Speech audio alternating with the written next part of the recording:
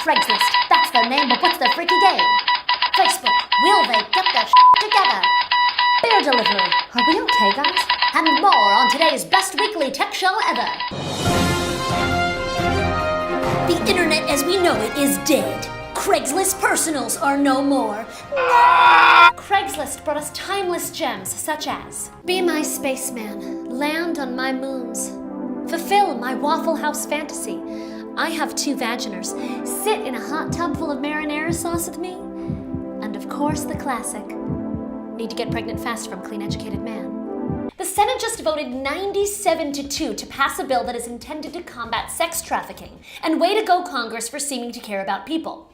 However, the bill also amends a clause that protects websites from being held responsible for the actions of their users. So, for instance, if I post seeking Robb Stark lookalike from Game of Thrones, and then I abuse my Robb Stark lookalike, which I would, he could now sue Craigslist for 7 gold dragons and a silver stag. For a place like Craigslist, that's a no-go, and they're shutting the whole shebang down. The ACLU's response details why this law may seriously endanger sex workers. And for us here in the tech world, there's concern that small sites may end up faced with a bunch of lawsuits that they can't afford just because they can't monitor every post about all the different uses for Vaseline. And this could ultimately f up the whole internet as we know it, in addition to ruining my personal life. And speaking of the internet as we know it, it's time to update you on the whole Cambridge Analytica scandal. If you're still confused about the basics, be sure to check out last week's episode where we break that whole debacle down for you. Back in 2011, Facebook was in trouble again for being hella shady about what happens with your data. Basically, they were telling you that your info was private, then giving it away. Kinda like that dude who asks for your number and then posts it on the bathroom wall. The Federal Trade Commission was like, nah bro, and made Facebook agree to something called the Consent Decree, which basically means what it sounds like.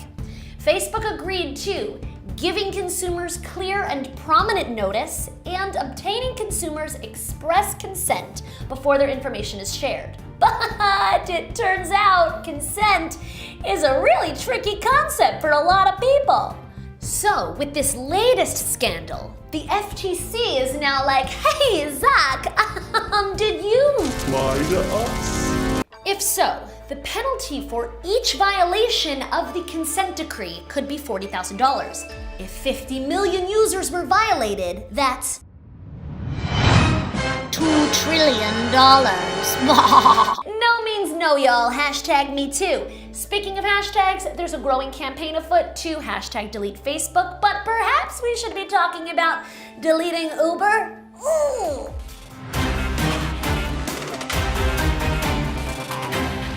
As you may have heard, the first pedestrian casualty from a self-driving car happened last week. And now it's coming out that, apparently, in Uber's rush to get self-driving cars on the road, they, cut some corners. And by corners, we mean sensors on the car used to detect things, like people who might be coming around actual corners. Uber used to have one 360-degree sensor on the roof plus 6 other sensors on the car. Then they scaled back to just the one on the roof. Since I'm once again inundating you with depressing shit, let's wrap this up with your new favorite party trick.